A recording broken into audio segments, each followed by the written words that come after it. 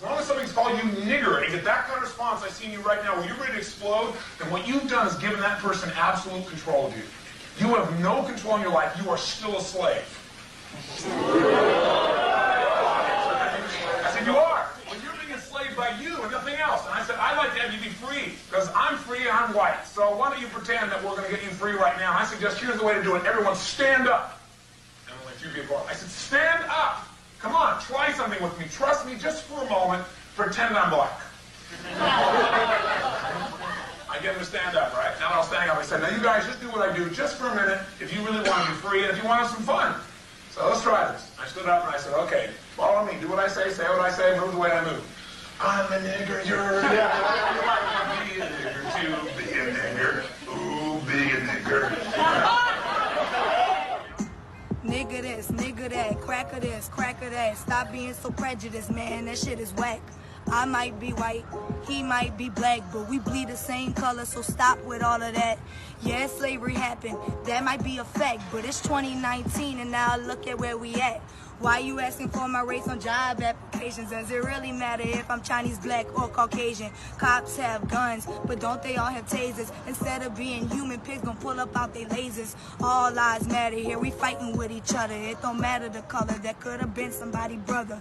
Open up your eyes, the government is winning. Maybe this is why people think the world is ending. A nation that should equal one, the generation that will come. Will you stay to fight or will you just go up and run?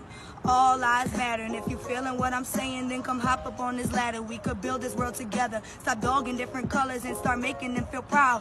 Stop all the hate because it's time to end it now. We are all human beings now. Say that shit out loud. Umbrella. She's up. Whole nother level of shit you can't even understand. What is good, my people? We are live back again with another episode of The Forecast. Now, we understand that we have been in war for hundreds of years. And we have to understand why they use the kind of violence they use against us to keep us in our place. They have done so many things to us and then try to cover it up.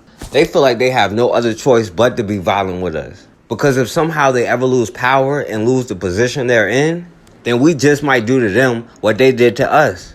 And really, that just shows you how they think. It's classic projection. But not everybody has the same sick mentality as they have. And the problem is, they've never been able to do anything without us. The one thing they can do on their own is be violent. And the fact that they need to keep us in our place so that we do their work for them led to repeated massacres of our people, like the Thibodaux massacre of 1887. Now, this massacre started because black workers on sugarcane plantations decided to go on strike because they didn't want to be slaves. The plantation owners were only paying them in what they call scrips, which were only store credits that were good at their particular store. Not only that, since the plantation owner kept the books, they were still cheating them out of what they owed them. And conditions were so bad on the plantations that people were getting killed often or getting injured. And if the people refused to work, they would tie their hands between their legs, using something like a 2x4 so they couldn't get up. Now keep in mind, this was in 1887, 20 years after the 13th Amendment. But the states would also send in militia if they refused to work, or if the plantation owner was using a convict leasing system. So then an organization called the Knights of Labor organized a strike so that workers would be paid at least $1.25 a day in cash and to improve working conditions. The plan was to wait until it was time to harvest all the sugar. Then an estimated 10,000 black workers all went on strike at the same time, threatening to mess up the entire crop for the year. And how do you think the dominant society responded? The very first thing they turned to is violence. The governor, Samuel McHenry, ended up sending a militia to force the strikers back to work. And as they forced these free black people back onto plantations, an estimated 20 black people were killed. Then a judge, Taylor Batiste, who was a plantation owner himself and a KKK member, declared martial law and then deputized about 300 average white citizens just to go patrol and keep black people in the house. Every black person had to have a pass to come in or out of town. And most time the militia didn't let them pass. So then the white mob started to hunt down every single black person they thought was involved in the strike and their families. They killed women, they killed the elderly, they killed children, babies, who didn't have anything to do with the strike in the first place. Disabled men, blind women, Helpless children were all murdered brutally.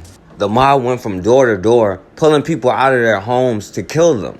And it lasted over 3 days. People had to go run and hide in the woods and in the swamp. Reports said about 35 to 50 black people were killed.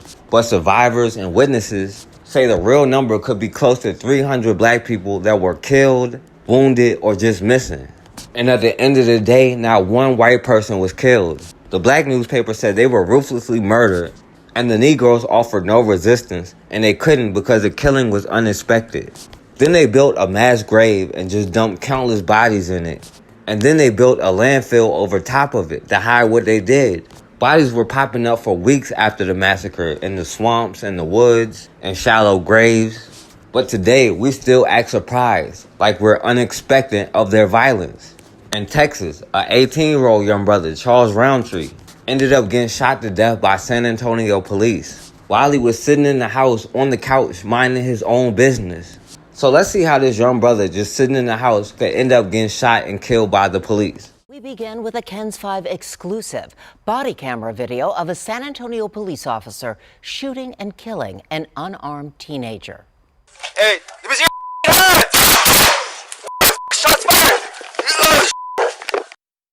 Eyewitness News reporter Marvin Hurst has been working for months to get this video. You are seeing it for the first time only on KENS 5.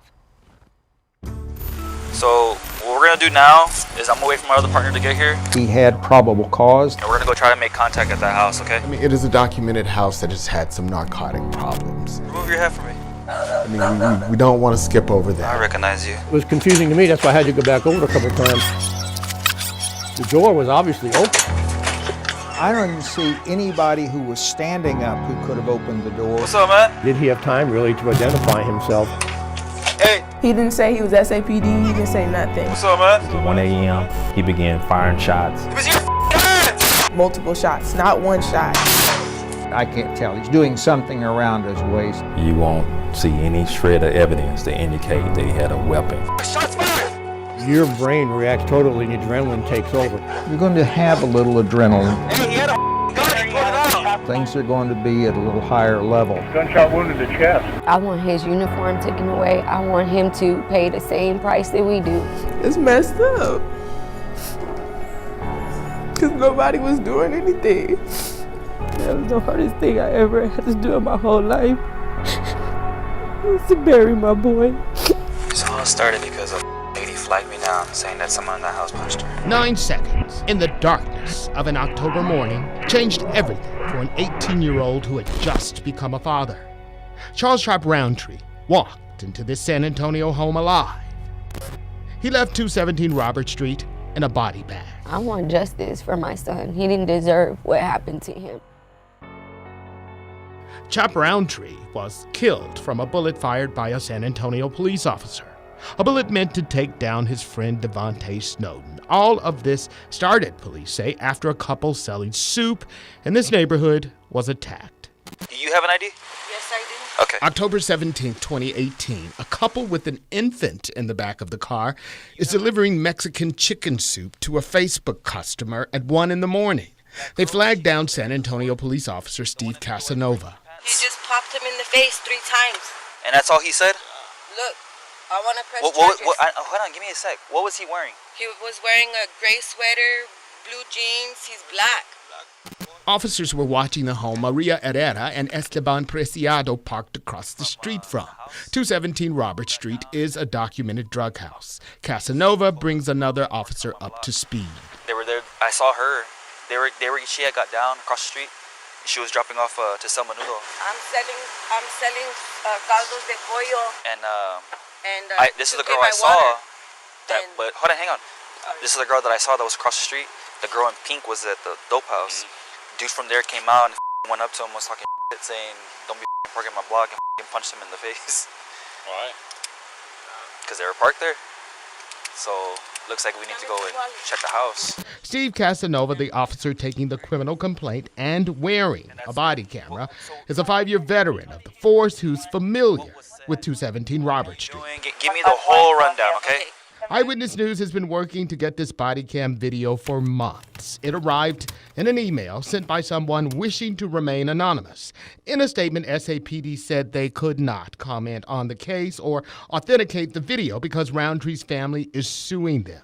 We were able to verify the video's authenticity with Snowden's criminal attorney. Was he a young guy? Yeah, like in his 20s. Was he skinny, fat? Skinny, tall. How was his hair? ¿Cómo era su pelo? No tenía, ¿verdad? He didn't have any. No. So with soup seller's complaint in hand, Casanova makes plans to go to the home. Yes, man. Myself, 60 and 40 are going to go to the 200 block of Roberts. Two officers make 217 Roberts with Casanova. What's up, man? Inside of the front room are Devontae Snowden, Chop Roundtree, and eyewitness Taylor Singleton. Police claim Snowden is armed. Do you live here? You don't? Who's staying here right now? You don't know? Remove your hat from me. I recognize you. Officer Casanova walks on the porch, pulls on a screen door, and knocks on the door in front of him. What's up, man? Hey, let me see your hat! Shots fired! Watch out, move out of the way! 2330. Shots fired. Get back!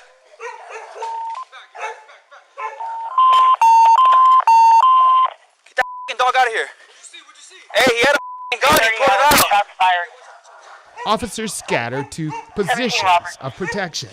They call for backup as barking dogs also take a protective stance. And remember the man who was on the porch eating? He wants out of the line of fire. Motherfucker, dude. Hold up. He crawls out under the beam of Casanova's flashlight, but a pit bull follows him, and officer-animal confrontation now begins.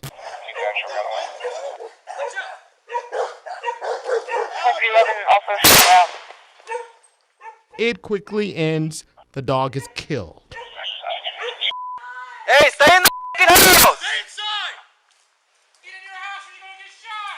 2330, anyone else, please? Hey, I'm gonna run over. Shots are being fired. Hold it there. Stand by. Dude. Hey, it's a young cat. He had a hat on, dude. He had a gun in his waist and was pulling it out. Casanova casts a shadow on the street as he grabs the police radio. I have a female inside the house, and I have two black males, ranges from like 20 to 30. Two guys with a hoodie on, one had a hat. The guy had a gun in his waist, looked like a 9. Police fortify their perimeter. Come to the house, guy! We're not leaving till you come out! Then the first hint. There is an injury inside the house. He's yelling something, dude. I don't know who's hit, but someone's hit in that house. Police tighten their grip on the scene. She yelled, it's open, bro. Tell her to come out. Come out one at a time. Put your hands up. And out of the house comes Devontae Snowden with his hands in the air. One by one, everyone in the house comes out. Hands up and forced to walk backwards. Even an elderly man on a cane must comply. She said it was a black male between 20 and 25. He had short hair and that he had like gray pants on with a hoodie. Casanova recounts his version of what happened to an SAPD detective. The front door was like slightly open, so I knocked and it swung open. The guy with the gun was sitting down directly in front of me. There was a female next to him and another young kid next to him that, like I said, they both kind of matched the description of that was given. And he said, "Who are you?" He looked at me, and then I guess it took him a while to realize that I was an officer. So when he did that, he goes, "Man, you can't." And then he kind of stopped what he was doing, and I couldn't see exactly what was in his waist because his hand was covering it.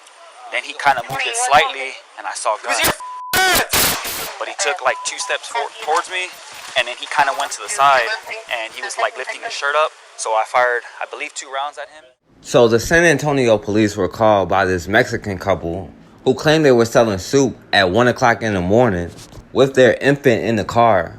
And they claim these black kids attacked them just because they were parked outside their house. So then the cop, Officer Steve Casanova, goes to their house, opens their front door, and then has his flashlight pointing in the house, talking about what's up. Not one time did he say police or identify himself. Just some stranger opens your front door, pointing the flashlight in your house. And when one of these young brothers got up and said, "Who is that?" this cop, Steve Casanova, immediately opens fire. He claimed the young brother had a gun on his waistband and he was reaching for what he thought was a 9. And he was in fear for his life, so he had no other choice but to open fire. But it turns out nobody in the house had a gun. The police said this 17-year-old brother, Charles Roundtree, who was just sitting on the couch, was an unintentional victim because they meant to shoot his friend. They claim the bullet went through his friend and then hit his brother, Charles Roundtree. They're trying to say the bullet went through his friend's ass and then hit him in the chest, which ended up killing his young brother, Charles Roundtree. First at 10, a new twist in a KENS 5 exclusive. For the first time, court documents reveal there is a grand jury investigation into the shooting captured on this video. Tonight, Eyewitness News reporter Marvin Hurst is digging to find out who's at the center of the investigation. Hey, give us your hands! The Bexar County District Attorney's Office is investigating if a San Antonio police officer is criminally responsible for the shooting death of Charles "Chop" Roundtree. Police say the 18-year-old was the unintentional victim of gunfire from Officer Steve Casanova. This is exclusive video of the shooting from Casanova's body camera last October. Police say the officer was investigating an assault report when the shooting happened at 217 Robert Street. The gunfire was meant for Devontae Snowden, who was shot in the backside and charged for being a felon with a gun. Investigators say a round went through his body and into Roundtree's chest. A joint motion filed by District Attorney Joe Gonzalez and Snowden's attorney says there is a grand jury investigation into the shooting death of Roundtree. The document goes on to say Snowden's attorney handed over relevant evidence to the grand jury on Tuesday, May 21st. Eyewitness News found out the new revelation is enhanced images of the shooting, which reveals Snowden was not armed at the time of the shooting. It appears, and I don't want to say this definitively, but it appears they're looking into the action, perhaps, of the officer, which arguably led to the death of the young man. Former Bexar County DA Nico LaHood, who saw portions of the video before leaving office, says there are questions about the officer approaching the home's occupants unannounced. He also says the current DA will have to determine if the officer's claims of danger are justified. The reasonable belief of apparent danger, and was it imminent? LaHood says that means the DA will have to decide if Casanova acted intentionally, recklessly, or with criminal negligence. This seems to be a tough one. Now, they claim they're investigating this cop, Steve Casanova, but they ended up charging Charles Roundtree's friend was being a felon in possession of a gun, even though he didn't have a gun on him either. And as this young brother, Charles Roundtree, lay dying, they took their time helping him, forcing everybody out the house one by one, including the elderly person, while this young brother lay there bleeding to death. And now they got this cop on administrative duty, and he's still a cop. They just took away his gun, for now anyway. And even though they're supposed to be investigating, the police already have their cape on. We invited legal experts Gary Ramey and George Sadler to watch this body cam footage. Ramey is a St. Mary's Law School professor who is an expert in search, seizure, and the use of police force. I would like for both of these parties to have exercised a little bit more restraint, acted a little bit less quickly. George Sadler worked in law enforcement for a total of 45 years at SAPD, the Bexar County DA's office, and the Bexar County Sheriff's Office. He is an expert in investigating officer-involved shootings, and he sees an officer firing in self-defense. He didn't have much time to make that decision. He fires, and I think where you can come up with he's firing for his safety, he fires and backs away. He doesn't stay at the door. He doesn't continue to try and go in and take hold of the person. He's afraid, he backs up. But there's a major question. What's up, man? About why Casanova never identified himself as an officer. What's up, man? If he's shining a light into the house, which he needs to do for his own safety, to make sure that he can see if it's dimly lit inside.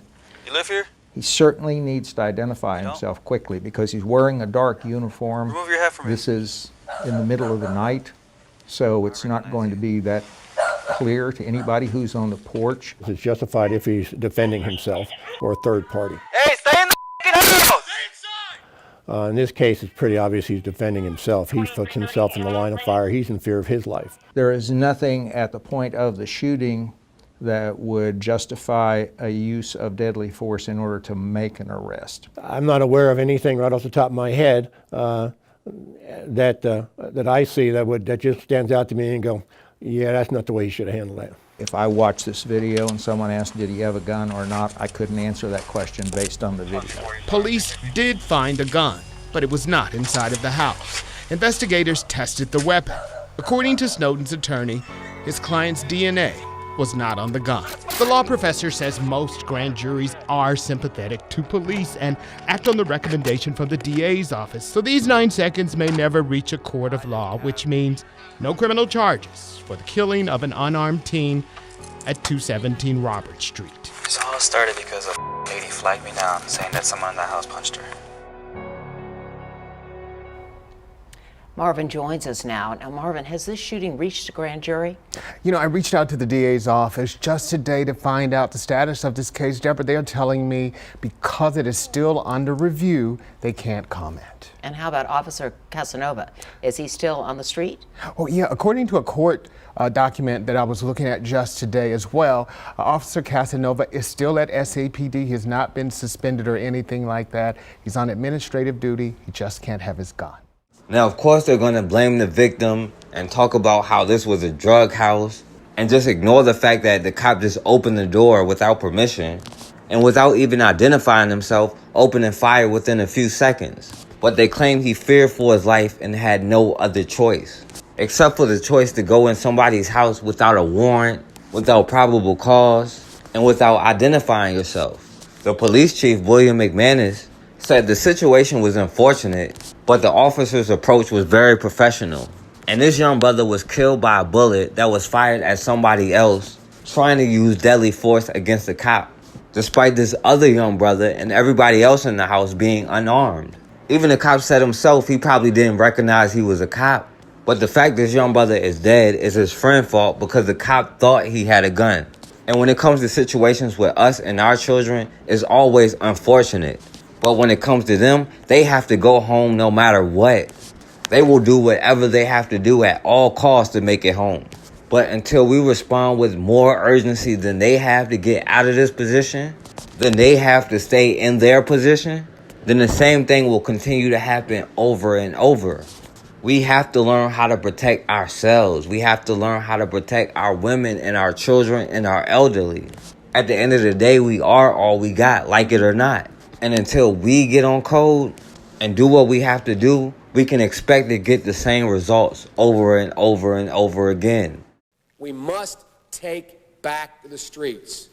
It doesn't matter whether or not the person that is accosting your son or daughter or my son or daughter, my wife, your husband, my mother, your parents. It doesn't matter whether or not they were deprived as a youth. It doesn't matter or not whether or not they had no background that enabled them to become socialized into the fabric of society. It doesn't matter whether or not they're the victims of society. The end result is they're about to knock my mother on the head with a lead pipe, shoot my sister, beat up my wife, take on my sons.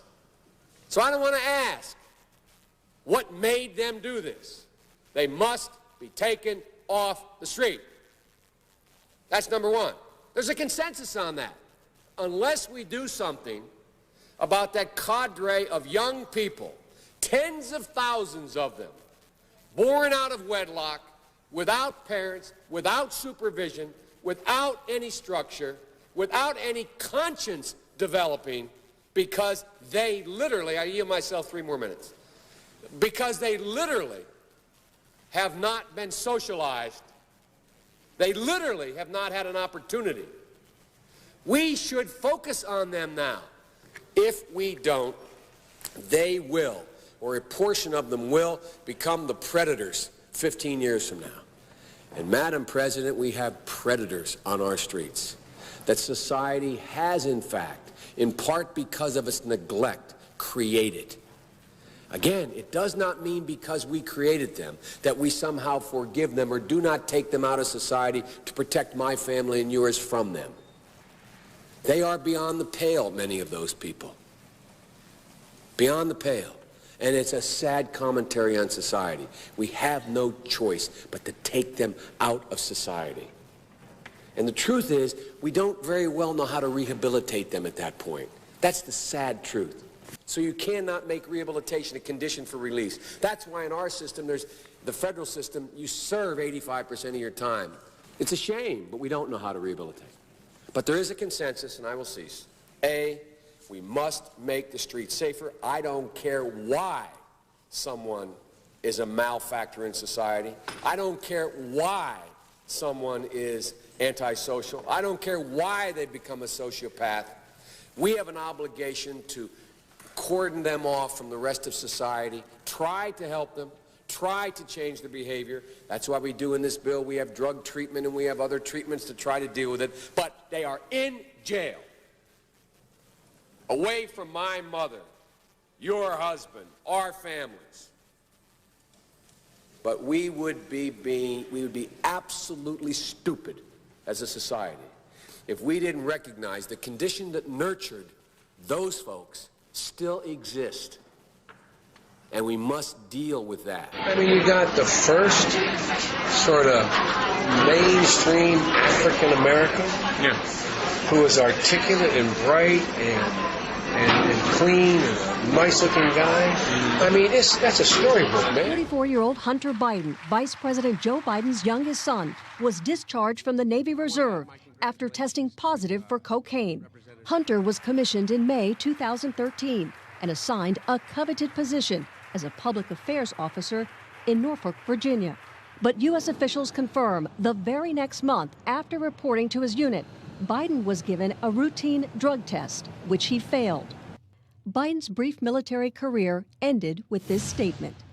"It was the honor of my life to serve in the U.S. Navy, and I deeply regret and am embarrassed that my actions led to my administrative discharge." Hunter Biden comes from a proud military family. His older brother, Beau, is a major in the Delaware Army National Guard and served a year in Iraq. Military service has been a big part of the Biden family's public platform. I'm looking forward to standing with our son Hunter when he is commissioned as an ensign in the United States Navy. He follows in the footsteps of two of his grandfathers who have also served in the Navy. A source familiar with Biden's case confirms Biden received 2 waivers to join a special Navy Reserve program. Because of his age, the cutoff is 42, but Biden was 43 when he applied. The source says his strong academic record pushed him through. The vice president joked about his son's timing unknowingly just a month before Hunter was discharged. We have a lot of bad judgment in my family. My son, who's over 40, just joined the United States Navy, is about to be sworn in as an officer. Hunter Biden. The source says Hunter was granted a second waiver for a drug-related incident that took place in the late 80s when Hunter was a teen. The source saying it's not uncommon because the incident happened so long ago.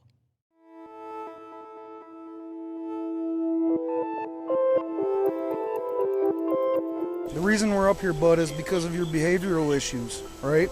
But man, where you gonna take me? No, you're going to the juvenile home. For what? For domestic violence. For what? I didn't even do anything. For going after Grandma. Can I get a bail? No, you're over there till Monday. No, not until Monday. I got school on Monday. I can't go nowhere. Please help me. Listen to me. You made these decisions. Can I go to my mama's? Nope. Please, there's anywhere he says to do in the home. I'll do anything. Nope.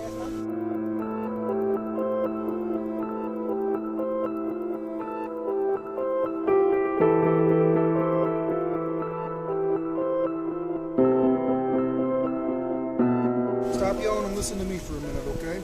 Then will you listen to me? Because I'm telling you the truth. I didn't hit her. I've got several other people telling me that you went after her. But I did not. Listen to me.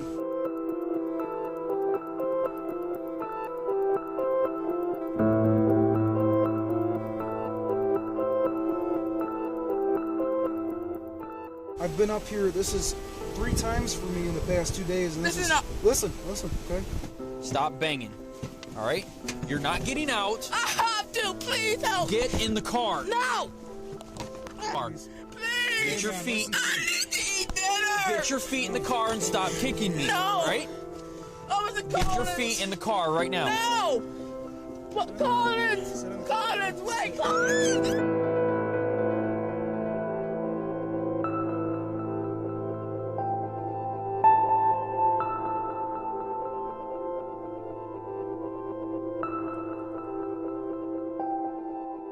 I will stop when you get in.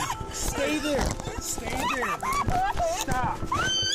Do not spit on me.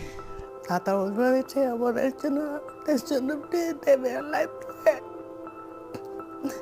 He was begging the police, please don't take me. And if I had known that they were gonna take it, I would have said something. I thought they were just talking, but they usually do.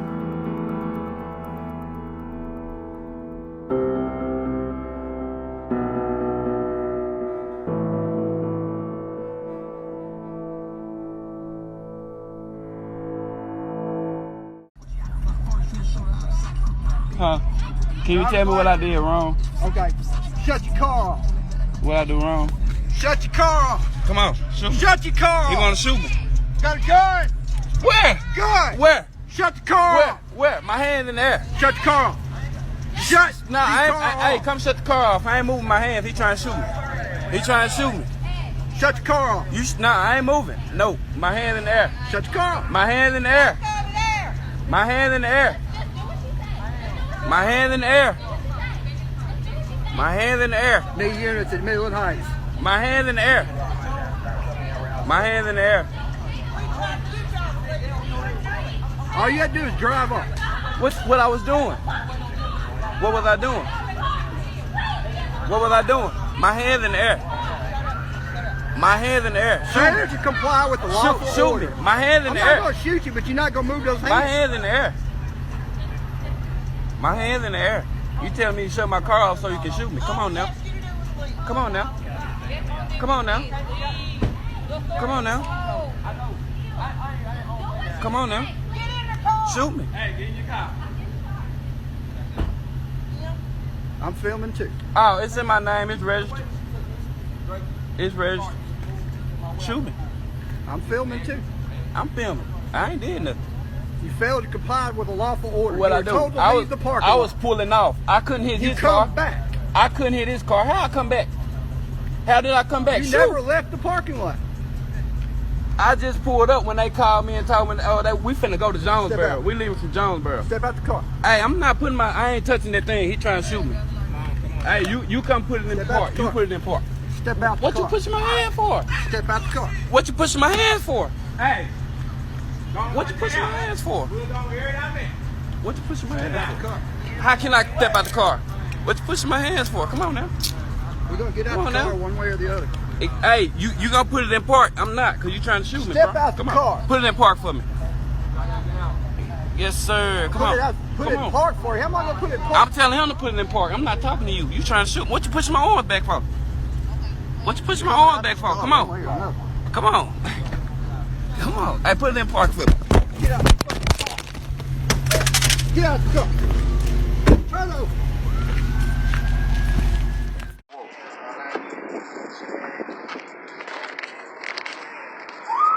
You push.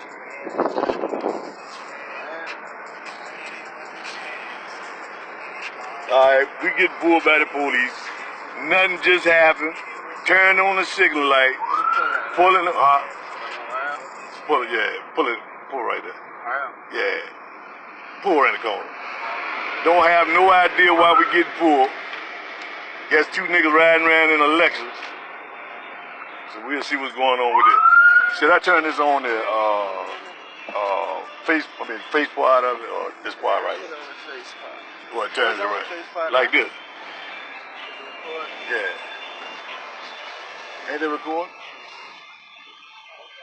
I don't see them a zero. I don't see the 0. She recording? What's going on, man? What the problem? What the problem is? What's the problem? Well, I was about to explain that to you. Yeah. What's the problem? Richmond Police Department. Yeah. The reason we stopped is when you pass this, the light's on, you got a headlight out. In the daytime. Huh? In the daytime. It's what? In the daytime. What do you? That's the in the daytime. Okay, so you got a light out. Okay, and what, you gonna give him a ticket? All right, you gonna give him a first ticket? off, you guys got your IDs on you? I ain't, no, I sure ain't. No weapons, anything? I sure ain't. No, nothing. So if you could communicate with the driver, that would be great. It would be. Thank you. But you know that's bullshit. Yeah, that's bullshit. You know it's bullshit. You know he getting pulled for some bullshit. ID, man? Say what? No, I ain't gonna give you one. Cause I ain't did nothing. I ain't driving. You ain't gonna get one. It don't matter. You ain't gonna get one. You wanna take me out, arrest me? Go ahead, arrest me. Okay. Go ahead, arrest me. Go ahead, arrest me. Can I explain? Yeah, you can explain. Yes, sir. Yes, sir. Yeah, but I'm not gonna give you an ID. I don't have one, and I'm not gonna give you All right, one. well, how about this? You're not wearing a seatbelt tonight. Well, give me a ticket then. Write me a ticket. Give you a ticket. You can't give You you a get a ticket. ticket. Know who you are. Well, yes, you can write a ticket. You can write a ticket. Yeah, I'll talk to him. I just took my seatbelt off. I got it on this right here, so that's up to you. You want to write me a ticket? You want to write me a ticket? Okay, but listen. Go ahead. How can I write you a ticket? You can't write me a ticket because I ain't do nothing. He ain't pulled me for not wearing the seatbelt. You didn't pull me for not wearing the seatbelt.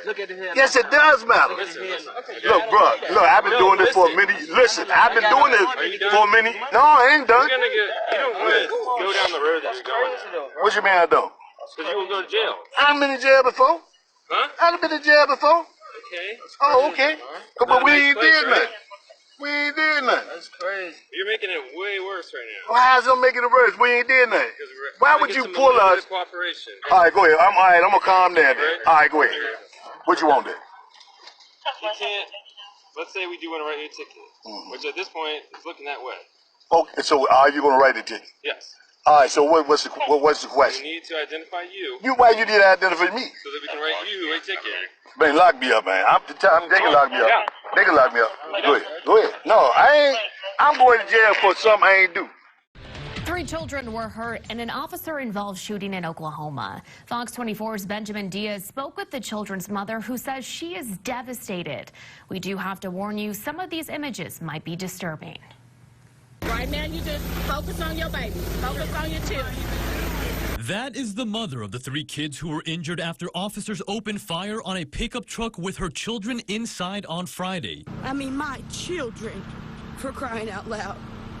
4 innocent little children. At around 2 p.m., Hugo police say that they were trying to stop 21-year-old William Devon Smith Jr. He was wanted for an armed robbery at a Pizza Hut in Hugo on April 11th. As they tried to approach the suspect, there was an incident that happened. An officer-involved shooting took place. Police say that Smith was inside of a pickup with 4 other kids. Officers say as he tried to get away, he put the truck in reverse and hit one officer. A second officer nearby says he was almost hit, and in fear for his safety, he fired shots. A spokeswoman for the OSBI was unable to say whether officers knew kids were inside the truck when he opened fire. 3 of the 4 kids in the pickup were injured. Hugo police say one child was shot in the head. Of course, we're still talking to witnesses, doing interviews, and we're still trying to find out exactly what happened. Olivia Hill, the mother of the kids, spoke to News 12 minutes before heading to Children's Hospital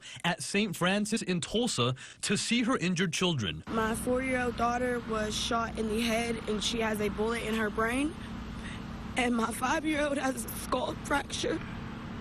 My 1-year-old baby has gunshot wounds on her face, and my 2-year-old wasn't touched with any bullets. I don't know what those injuries are, and then one child, from what I understand, was not injured. The current condition of the kids is unknown. That was Benjamin Diaz reporting. Police say the suspect was shot. He was treated and released from the hospital. He is now in custody. A school district in Utah now the subject of a lawsuit because of this. A former bus driver caught on camera dragging a student moments after he stepped off the bus. You see the students lining up and walking down the steps. They say the boy's backpack got caught in the door and the driver didn't stop for several seconds. The boy's mother believes he was targeted because of his race, but the driver denies that allegation. Would you say that you're racist? Not at all, no. Yeah. Look at my dog. He's as black as can be. Oh boy. The lawsuit claims the driver has a history of misconduct against children who are minorities dating back several years.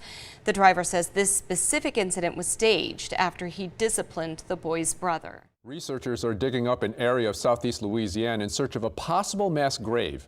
In 1887, up to 60 African-American workers were killed in what's called the Thibodaux massacre. But the bodies of those victims were never found.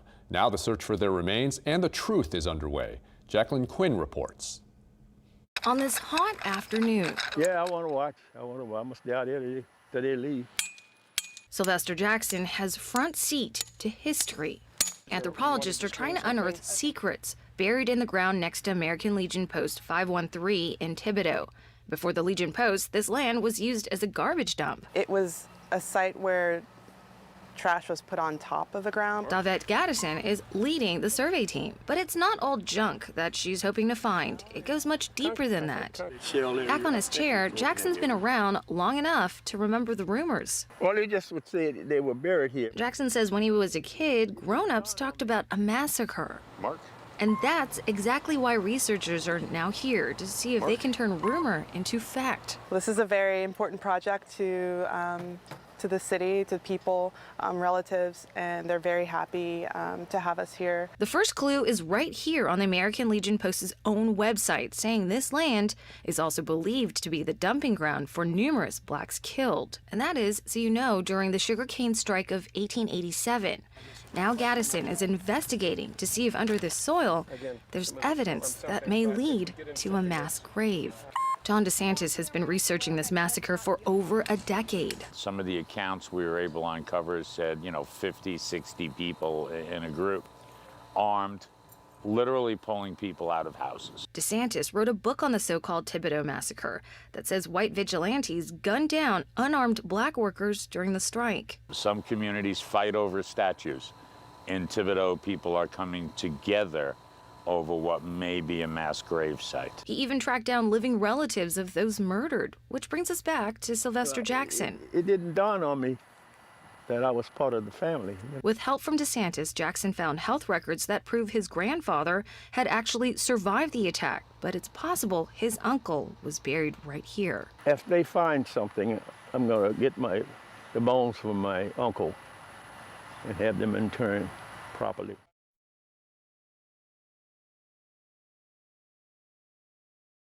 All right, and we back on the forecast. Now, as brothers, at some point, we are going to have to understand that when we deal with white women, a lot of strange things start to happen and people end up getting killed. And most times, it's one of us. How many times did we have to see history repeat itself before we learn? Back in 1891 in Omaha, Nebraska, a black man named Joe Coe, also known as George Smith, was brutally beaten and then lynched after a 5-year-old white girl, Lizzie Yates, accused him of assaulting her even though he was a married man with 2 kids of his own. This man had an alibi with witnesses that accounted for his whereabouts. They had no evidence against him, but they still arrested him. Then before they even reached a guilty verdict in court, rumors began to spread the little white girl had died and this black man will only spend 20 years in jail and that he was getting away with it. And soon a mob of 1,000 whites started to gather at the jail. And then the mob started to grow to anywhere up to 10,000 people who were going to make sure they lynched them themselves. Led by a local elected councilman, the mob broke into the jail using streetcar rails and pulled his brother Joe Coe out of his cell and started to brutally beat him. Then they tied a rope to a car and put it around his neck and started driving him around the town. They drug him all the way to the little white girl's house so the mom could identify him. She said she saw him roaming around her house, but refused to swear it was him. So then the mob dragged him with their car by the neck back to the courthouse to have a picnic where thousands showed up cheering to watch him get lynched. And as his body hung from the streetcar cable, they even gave speeches while his body was still hanging right there beside them. Now this brother Joe Coe had 3 broken vertebrae and 16 bodily wounds, and he was most likely dead before he was even lynched. But then the mob took pieces of his body and pieces of the rope as souvenirs. The next day, they had his body for public viewing, and 6,000 white spectators showed up. There were some even out there selling pieces of his body and pieces of the rope as a keepsake. Now, they eventually arrested 7 whites, including the police chief, but a white mob threatened to destroy the jail if they didn't let him go because they were on code. Then during the trial, the coroner said this brother Joe Coe died of fright. He didn't die from being beaten or being drugged by the neck with a car or from being lynched. The coroner said he was scared to death and everybody was found innocent. And then years later, the little white girl Lizzie Yates admitted she lied. But of course, she wasn't punished and nobody was ever punished. And yet, after all this time, we still don't learn our lesson. We still end up with situations like what happened with the young brother Isaiah Lewis. Now let's see how this young 17-year-old brother in Oklahoma ended up getting shot by the Edmond Police. Details about the hours and minutes leading up to the second 2 Edmond police officers shot and killed a nude 17-year-old. We've been following the story since Monday. Lewis's girlfriend saying her boyfriend went crazy and then turned violent. Officers spent nearly an hour searching for him in a neighborhood as more calls came in about the man running through backyards. It all came to an end inside the home of a complete stranger. Lewis was shot dead, but tonight his family and a prominent activist group speaking out. News 4's Peyton Yeager live outside the Edmond Police Department with the story. Peyton. Jolene, Lewis's family held a press conference today, and just moments later, Edmond Police released new dash cam footage of the scene unfolding. And as all this new information becomes public, everyone involved is wondering what happened in those moments before Lewis died. They don't get to assassinate my son's character. The character of 17-year-old Isaiah Lewis is all his mother says she has left to remember. He doesn't get to graduate May 18th like he could have. He didn't go to the prom. Monday afternoon, 2 women ran to a neighbor's house begging for help. 2 girls, they're 2 white ladies, and I guess their boyfriend is beating up on one of them. One of them, Lewis's girlfriend, Kamri Pollock, one of the last people to see Lewis alive. Pollock telling 911 her boyfriend was not acting like himself. You can come to my house and check everything out, but my boyfriend just flipped out. I have no idea what's going on. Lewis's mother saying she'd never met Pollock before. I don't think it's appropriate at this point to even have any contact with that young lady right now. Witnesses say they saw Lewis throwing drugs over fences and running naked through backyards before breaking into a stranger's home. 56-year-old Sergeant Milo Box and 24-year-old Officer Denton Sherman hot on his trail. Edmond Police say at some point fists started flying. Both officers were violently assaulted in this confrontation inside the house. After tasing Lewis, police say they were forced to shoot. Fired, shots fired. Lewis and an officer rushed to the hospital. After the fact, at the scene, that both were visibly injured. Lewis died later that afternoon. He was not armed. And he didn't deserve to die in the way that he did. He didn't deserve to die, period. News of his death reaching activists with Black Lives Matter, who also spoke out. I would think that a police department and law enforcement will be trained to handle situations like that. Edmond Police and Lewis's family both desperate to piece together what happened and why. We want answers. We want the truth. Everybody deserves to know what happened. Lewis's girlfriend claims that no drugs were involved. Edmond investigators tell us they did find drug paraphernalia on the scene. Edmond Police Department also releasing today those 2 officers inside the home were not wearing body cameras. So all of this started after 2 white girls, including his girlfriend, Kamri Pollock, ran next door to the neighbor screaming for help, claiming his young brother Isaiah Lewis just flipped out of nowhere and started assaulting him. Now, I don't know what was going on with this young brother, if he was having a mental breakdown, if it had something to do with drugs, or what kind of opioids these white girls had. Although his girlfriend Kamri Pollock denies they had any drugs, but the police said they found drug paraphernalia, and they claimed he threw drugs over a fence. But something was going on with this young brother Isaiah Lewis that made him run around the neighborhood naked. When the police, Sergeant Milo Box and Officer Denton Sherman, confronted him, they claimed he became violent and attacked them. They said they tried to use a stun gun multiple times, but the brother kept fighting. Then they said one of those cops was forced to fire multiple times, killing his young brother, despite him being unarmed and not even having on any clothes. So they can't say they thought he had a weapon. And even though this brother was clearly going through something, they claimed they feared for their lives and had no other choice. Of course, neither cop had a body camera, But they claim one of the cops had to go to the hospital. And they tried to make it sound like they rushed him, like whatever happened to him was equivalent to this kid getting shot. That's how they stay on code, trying to justify this shooting. And of course, these two cops got their paid vacation. Police, they met with the media today to walk us through those moments officers decided to shoot the 17-year-old. Louis was rushed to the hospital where he died from his injuries. His girlfriend and his classmates tell News 4 they're just trying to piece together this confusing story. I feel like I'm about to wake up from a dream right now. The two girls, the two white ladies, and I guess their boyfriend is beating up on one of them. You're hearing a woman call 911 after her neighbors ran to her front porch in a panic. She then hands the phone to Kamri Pollock. You can come to my house and check everything out, but my boyfriend just flipped out. I have no idea what's going on. Pollock tells the 911 operator her boyfriend, Isaiah Lewis, was acting off Monday afternoon. I just want to know, like, what he was on. Moments later, just blocks away from the first call, reports of a man running in the street and hopping backyard fences nearby. Caller said the man was naked. Headed westbound. Now he's in the creek.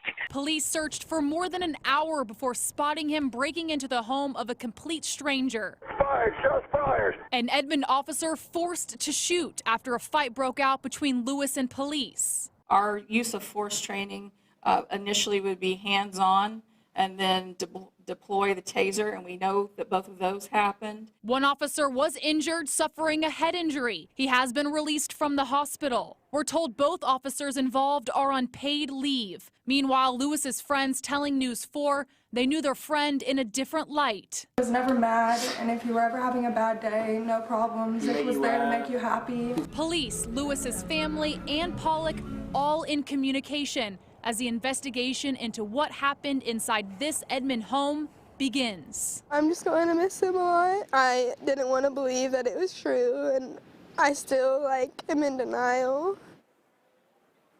Witnesses say they saw Lewis throwing drugs over a fence. Police confirming drug paraphernalia was found. The Edmond Police Department not telling us when this investigation will be completed. And they say they do not know if those two officers inside the home were wearing body cameras.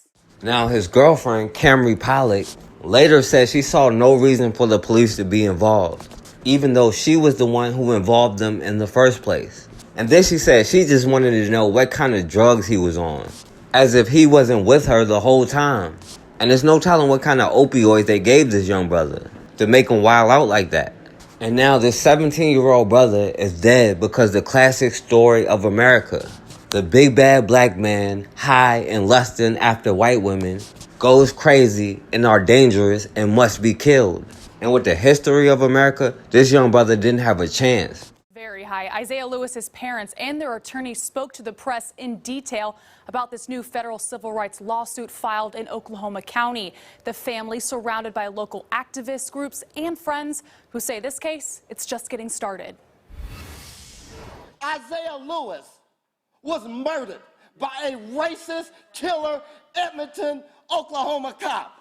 A spectacle of a news conference hosted by Andrew Stroth, a civil rights lawyer from Chicago. Filed a federal civil rights lawsuit against the city of Edmond, Oklahoma, and the two officers who unjustifiably shot and killed Isaiah Lewis. Stroth represents Vicki Lewis. Her son, 17-year-old Isaiah, shot and killed by Edmond Police after they say he attacked his girlfriend and then broke into a stranger's home. Stated that he was acting irrational and abnormal and was stripping off clothing and running down the street. Police followed Lewis inside where a fight broke out. They say they tried tasing him several times but were forced to shoot. One of the officers injured in the scuffle, but neither were wearing body cameras. Wednesday's lawsuit claims Lewis had a mental health breakdown and that the officers elevated his anxiety. The officers knew that Isaiah was in crisis. The officers knew he was unarmed. But this mental health crisis is one the family denied just days after the shooting. No, he did not have a mental health history. Prior to Lewis's death, witnesses say the high school senior was running through backyards naked and appeared to be under the influence. Police also say they found drug paraphernalia near the scene. The topic of drugs also brought up during Wednesday's event. There's no excuse for a young man, 17 years old, having a mental or drug-induced behavior to have died. But Stroth and Lewis's mother later denied drugs being involved. No, listen, listen, the That autopsy. didn't come from us. That didn't come from any experts. So keep that in mind. Yeah, the autopsies take 8 to 12 weeks. We do not have the toxology report. The family also calling out the city of Edmond. Lewis's parents say they requested a meeting to discuss the investigation. City officials offering their condolences but respectfully declined to meet, stating the Lewis family was given the opportunity to meet with police during the investigation but chose not to. What were they going to say? That he's dead? I already knew that. What would be the point of talking to them? The Edmond city manager and the Edmond Police Department say the investigation is now in the hands of the Oklahoma County District Attorney. The DA tells News 4 he can't speak on the issue as the investigation is still ongoing. However, Lewis's attorney argues this lawsuit should allow evidence to be brought forward to the family's attention as soon as possible. Now, they're already trying to find every excuse in the world to justify this young brother being shot and murdered. Even though he was clearly unarmed, he didn't even have on any clothes. Just 2 months before, was able to peacefully arrest a white teenager who shot both of his parents to death. And he was fully clothed, but they were able to arrest him without a problem. You have people like the thug Grady Wayne Williams. This white boy shot at least 3 cops, killing 1 and injuring another 2 cops. But they were still able to arrest him peacefully. We have breaking news in a deadly police shooting in Alabama. The suspected gunman, 29-year-old Grady Wayne Wilkes, was taken into custody this morning. He is accused of killing 1 police officer and wounding 2 others. The incident happened last night at a mobile home park in Auburn. Police say the suspect opened fire when officers responded to a domestic disturbance. One of the injured officers is in critical condition. These cops went into a trailer park and were able to peacefully arrest this cop killer. But this 17-year-old unarmed brother, who didn't even have any clothes on, so they can't say they thought he had a gun, and his white girlfriend, Kamri Pollock, trying to play both sides of the fence. Now, we have to teach our kids, especially our sons, the danger they are in. And they have to understand the situation they are in. Ida B. Wells broke down the lynch law over 130 years ago. But we still have cases like this popping up. A lot of the black men that were lynched back then over white women had consensual relationships with the white women. And sometimes the white woman even told the truth about it. But it didn't matter. They still murdered him for even messing with a white woman. And this young brother, Isaiah Lewis, didn't have a chance. He was a victim of American history. This story has been told so many times, and we gotta stop repeating the cycle. If you feel like you just have to date a white person, destroy white supremacy first. Then you can date whoever you want to date. But until then, we have to understand the pattern of history and realize how many times messing with white women has gotten people killed, especially black men. And at the end of the day, we are all we got. If we don't put our differences aside and get on code and do what we have to do, we're going to continue to get the same results, and our blood is going to continue to be shed. Valentine's Day heart stick. Ah!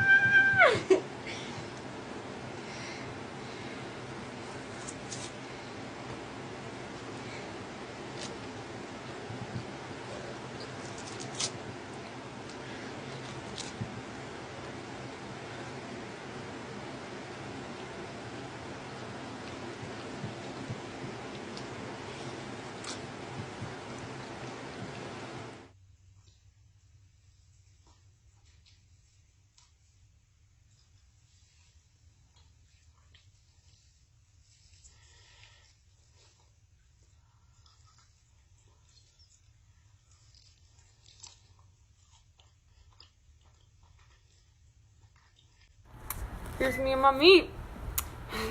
They thought it was. They thought that it was soaked in lime juice overnight, and it was already cooked. So, Why would you put meat in lime juice? I don't know.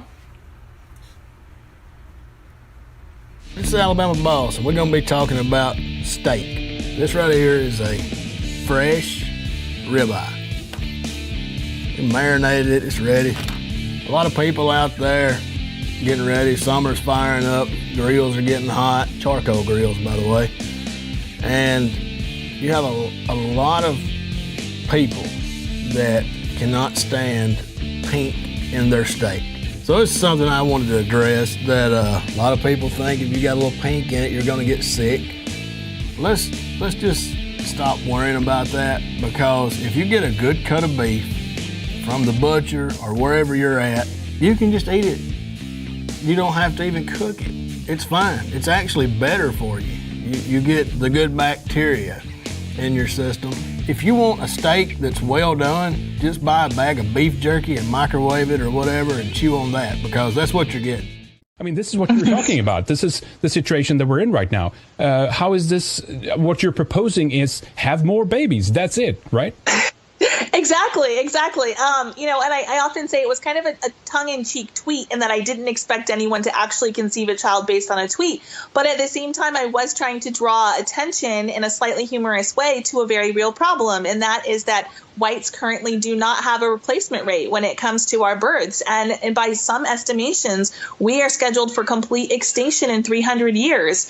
And if you're thinking about that in terms of like historically, that's not very long. So we really need to get on this and decide whether or not we want to have white people in the future of the world. So the recent data now shows that deaths among whites outnumbering births among whites. What drives this? Tell us more about it. Yes, what you find is with this dynamic is really an aging of the white population. You're talking about 20% of whites being 65 and older, median age of about 45. So you can imagine what the place in the life course, what people are doing at 45. They're already outside of the childbearing ages, which is 15 to 44, what demographers suggest as that category.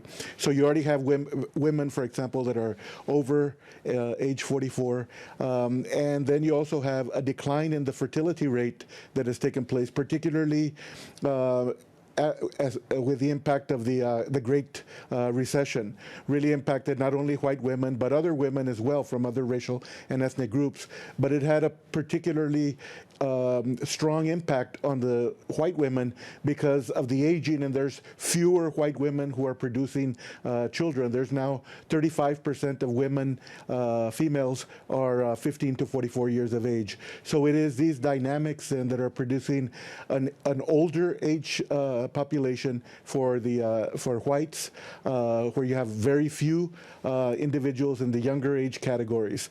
The white population, you already have more elderly than you have children in that population. Well, here's a takeaway, and I think a simple way of saying some of this. If the current trends continue, by 2045, the nation will be less than 50% white. True? Correct. Yes. And the political implications of this, Dr. Sines, are very significant. This lady literally just pulled a gun because we out here and didn't have reservations for a lake that we didn't even know we had to have a reservation for. We didn't know. The only thing you had to do was tell us. We didn't know, man. We didn't know. The only thing you had to do was tell us to leave. We would have left. You did not have to pull a gun. Well, I'm just telling you, you need to leave. We're leaving. Because it's under private ownership. Well, that's all you had to say. That's all you had to say. Y'all just can't be out here. Well, that's fine. They will not let you. They're the ones that have it. That's fine.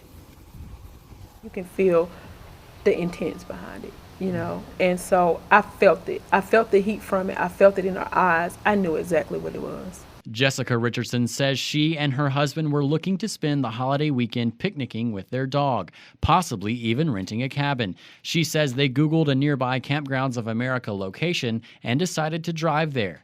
And that's when things took a turn for the worse. She jumped out, and the gun was pointed at me, my husband, and our dog. It was just pointing at us.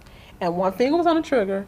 The other finger was on the on the lever. On the lever of the revolver. Richardson says that's when she pulled out her cell phone.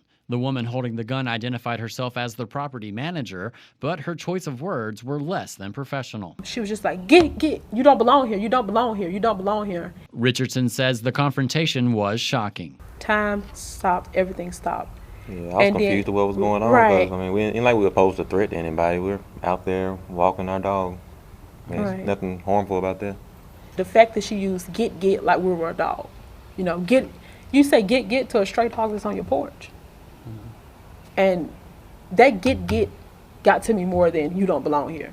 On the way out, they spoke to another campground employee outside of the office who turned out to be the woman's husband. So I get out, start talking to him, and he says, first thing he says, oh no, you don't need a reservation for the lake. And then she pulls up, when she flies pulling up, hops out the car, and then proceeded to yell at my wife. Get in the car, get in the car. You get in the car, you need to get back in the car, and like cussing her out, and she's not even saying anything. With signs at the front entrance and 2 different stories from employees, the Richardsons were confused, horrified, and disappointed. The Army National Guard sergeant recently returned home from a 9-month deployment in the Middle East. It's kind of crazy. You go over there, don't have a gun pointed at you, and come back here, and the first thing happens, you have a gun pointed at you. I mean, it's kind of crazy to think about. Magnums are the racist condom.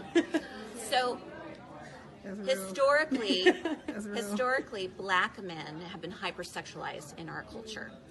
It's been used as justification for slavery, lynching, all kinds of things. Oh, we got to protect those pure white women from those black men who can't control their sexuality, right? When in reality, it was white men that were raping black women. Black men didn't have access to white women, right?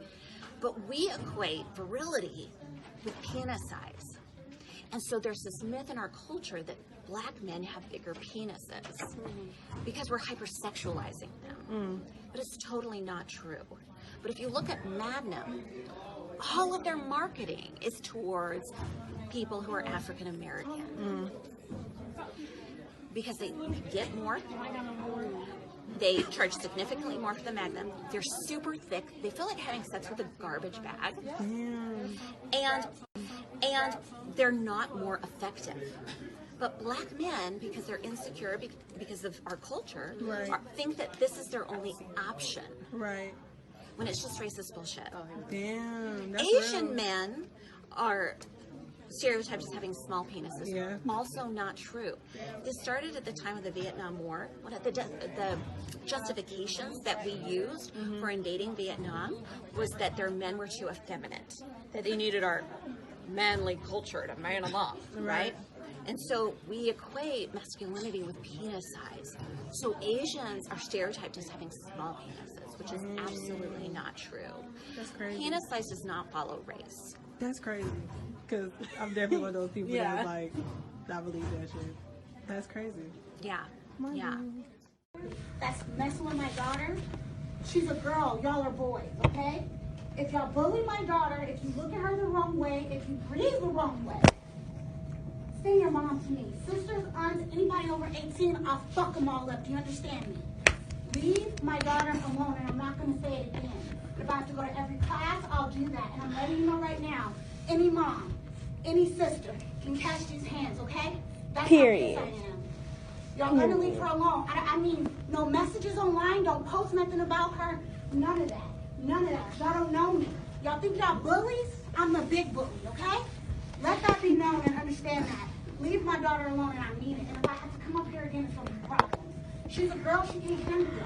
If y'all are boys, if y'all are girls, I tell her to meet you after school and handle it outside like a real one. But since you guys are boys and she can't do anything, tell your moms, tell your sisters, tell your aunties, cousins, whoever. As long as we're over 18, we can handle it any day. You understand that? You don't pick them up. Ass whippings for free. For free. You ain't even gotta pay for it. For free. Do y'all understand me? Leave this girl alone. She's taken care of. You won't play that, okay? And I'm not gonna call out no names, but you're gonna leave her alone, and I mean it. Go, what is the score?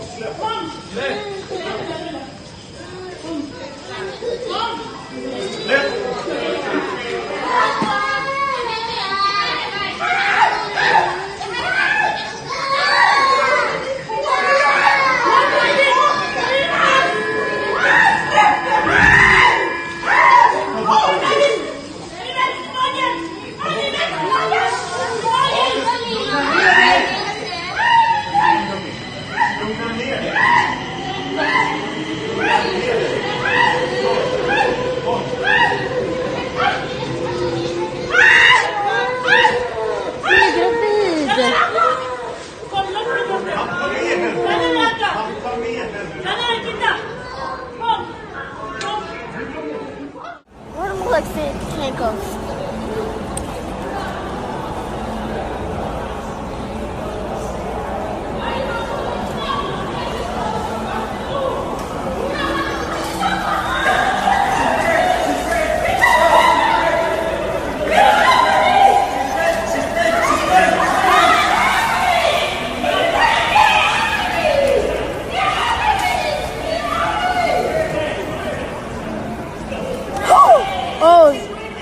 Watch out for the baby!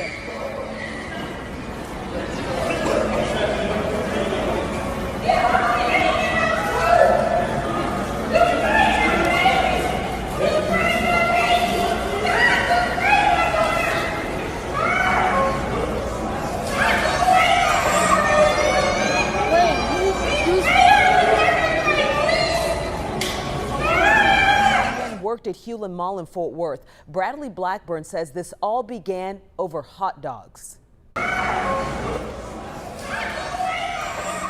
Tonight on Facebook, it's been shared thousands of times, the video from the second floor of Hewlin Mall looking down at Auntie Anne's. In the video, a mall security guard has handcuffs ready, but then the struggle with a woman who is visibly pregnant. A man and child watching it all. Watch out for the baby! It happened last Friday. Fort Worth police called after this fight. The woman was upset her hot dogs were burned. Auntie Anne's employees say she threw them in the store. But it's the actions of the guard that are being questioned by many online.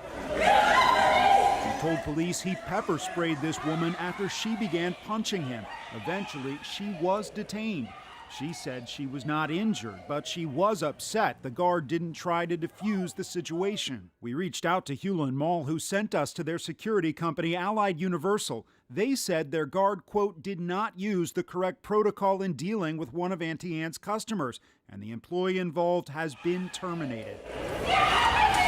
No charges were filed against the guard or the woman, but this video now spreading widely, and questions about the force used over hot dogs. Come here! Where's the people? Where's the people? Where are they? In their car, sir. Oh, in their car. How's it going, guys?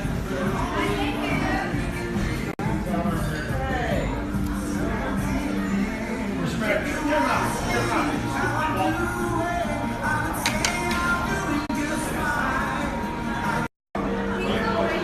Stop break.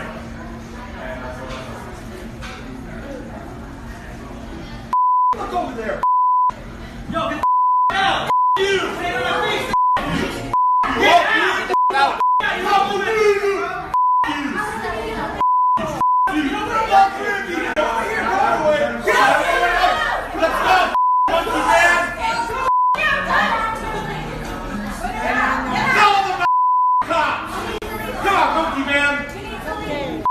Hey, don't do it, don't do it. Hey, it's not worth it. It's bro. It's not worth it, bro. Hey, it's not, hey, let him go. Let him go. Let him go. Let him go. Hey.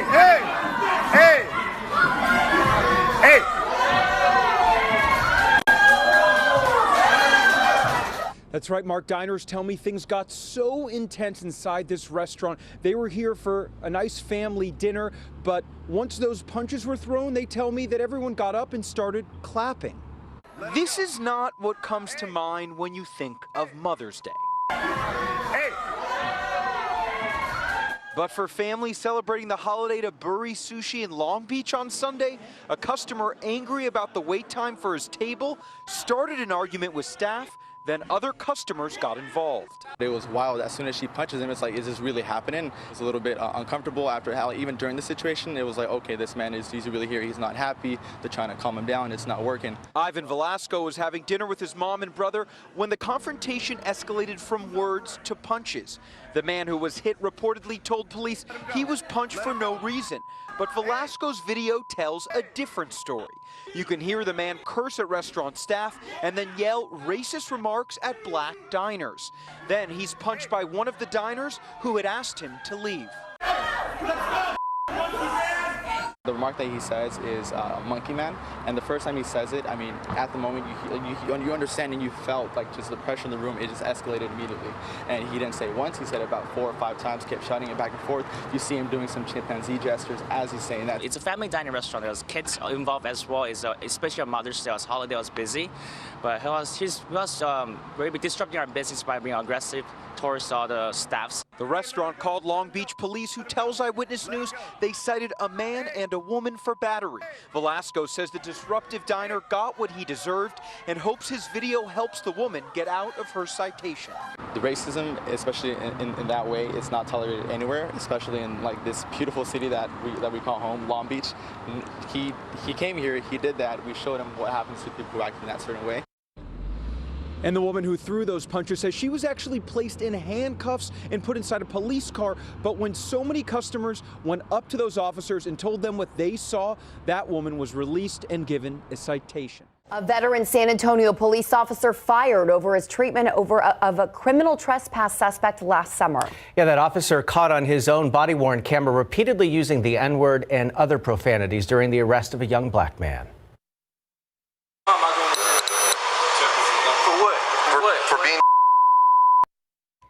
The exchange between Officer Tim Garcia and the handcuffed suspect recorded by Garcia's own body camera. He and his partner called to River Center Mall last July to deal with Dwayne Robinson, who, according to mall security, was harassing and threatening mall customers. When Robinson later complained to Internal Affairs about excessive use of force during the arrest, supervisors discovered the officer's unprofessional behavior. It's tonight's Defenders investigation. What's going on? Things start out calm when Officer Tim Garcia and his partner encountered Dwayne Robinson surrounded by mall security guards who had told him to leave. They told me to walk off. I told them all right, and I already been walked off. My question to you is, if they tell you to leave the mall, you gonna leave the mall? No, I don't want to. Garcia explains to Robinson why he needs to leave. But if they tell you to leave and you don't leave, then you're breaking the law. That's when I get involved. We cool on that? Yeah. Robinson begins to present his ID, but has one more question. I ain't even did. Why y'all give me criminal trespassing? What you mean? What you mean they can? Sure. No, hold up. What you mean they can? Okay, here's the deal. I'm going to ask you to do something. I'm going to tell you, then I'm going to make you. It was one question too many. Stop tensing up. Yes, you was. You know what? Now you're under arrest. That's when things take a turn. I listened to all your stupid for like 5 minutes. Man, that's we had a You know what's bull? The way you were raised. That's hella bullshit. The way you were raised is bull. As Robinson complains about being arrested, Garcia escalates the situation. And I'm trying to put my arm back. Trying to? About to break, and you over here doing my shit. Do I look like you own Say it right. Put an R at the end. If you're gonna say it, don't call me I ain't your What am I going to do? For what? For being. A month later, Robinson complained about the officer's use of force. All right, sis. Sorry, bro. Shit. You good? Yeah, I'm good. Are you really good? Yeah, I'm good. We need to make sure you're good. I'm good, bro. Garcia defended his actions, saying he was just repeating words Robinson was saying, adding he did not use the N-word in a derogatory manner or in reference to anyone at the scene. He said he was frustrated and got caught up in the banter, admitting it was wrong. That does not justify it or explain it away by any stretch. Hey, here, look, this is the police. This is the police telling you, how do you like that? Well, there are many different stories about what led up to an argument here at Hometown Furniture Store in South Haven. One thing, though, that the owner does not dispute is that he did indeed use a racial slur. He told me that it was appropriate given the circumstances. A customer captured this video Saturday. Witnesses say it shows the store's owner, Terry Pace, cursing and using a racial slur at black customers. I couldn't believe it. I mean, you know, you hear people like on TV saying these things and all that. Just to hear it though in person, like just so aggressively, it was really off-putting. A sign in the window said the store was closed today, so we went to Pace's home for answers. I don't care what they say. I did what I felt like was right. You weren't there. You didn't hear it. You didn't hear all the stuff that I heard. He admits to using the N-word, but says he was provoked and even attacked, leaving him with a black eye. Police say they were called to the store, but no report was filed. I called him the N-word when it was over with. when it was all over with, and they kept mouthing off to me, yes, ma'am, I used the N-word. Those who work in the plaza with him say this isn't the first time he's made offensive comments. He was like, yeah, no, I don't finance because only people that want to get furniture finance is the colored and they don't pay their bills. Yes, this is what he told me, and I let that go. The property manager says they've received numerous complaints about pace, and he's only been at this location 2 months. They're hoping this incident doesn't push customers away from the plaza and other businesses. We need to come out here and support the business. We need to come out here and support South Haven, uplift it. We don't plan on having him stay, so.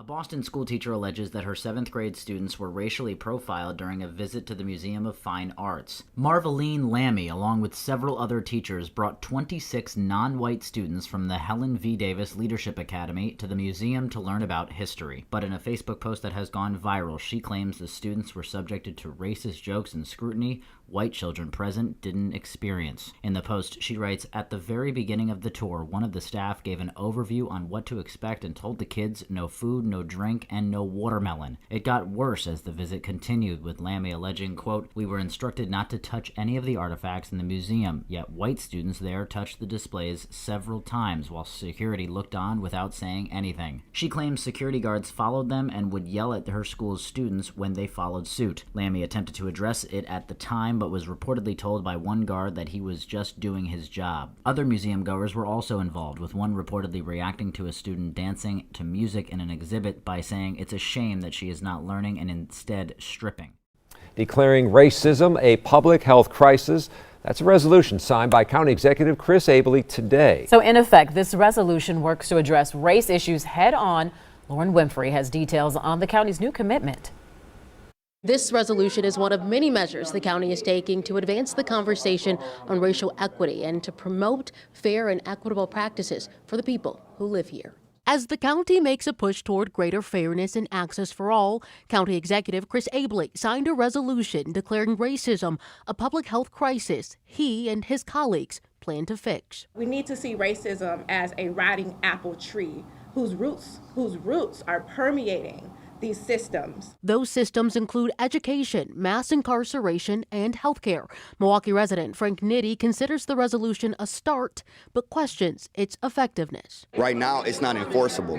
So the next step would be to make it enforceable. Once it becomes more enforceable, then I'll have more of a seriousness to it. The resolution is expected to offer a systemic response to systemic racism by exposing biases and implementing race equity training for all 4,400 county employees. County Executive Chris Abele says he wants the topic of race equity to inform decisions about budget and policy moving forward. We want every single person who works for the county, every decision they make, to be thinking, how can I make this decision in a way that is more effective and more likely to make a difference for these disparities. I was designed for you to fail, designed for you to suffer, designed for you to die. You and your sisters and brothers, I don't care if you rich or poor.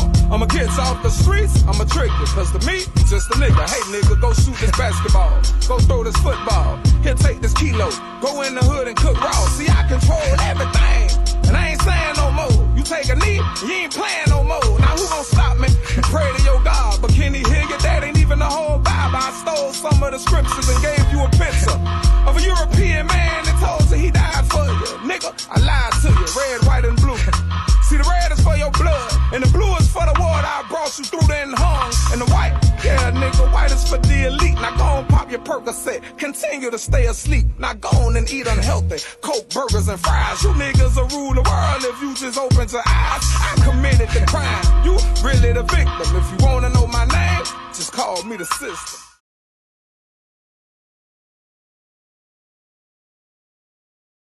All right, and we back on the forecast. And I want to say RP to the brother Charles Roundtree, to the young brother Isaiah Lewis, 2 young brothers shot down way too young, and all of our people who didn't get justice. There are so many people, we could never name them all. And so much of our history has been destroyed.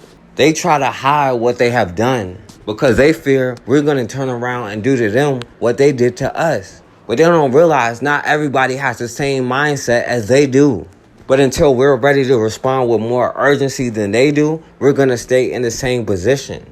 and protecting our children, protecting our elderly, protecting our women, protecting ourselves should be enough for us to do what we have to do.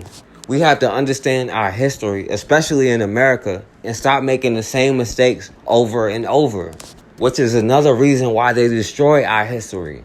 White supremacy isn't very creative. They do the same things over and over, but the same tactics still work. But when we understand we are all we got and we get on code, then nothing can stop us. And everybody knows that. We just have to understand it ourselves. Now, don't forget to like, share, and subscribe. And as always, man, we have got to start standing for something, or we're going to keep falling for anything.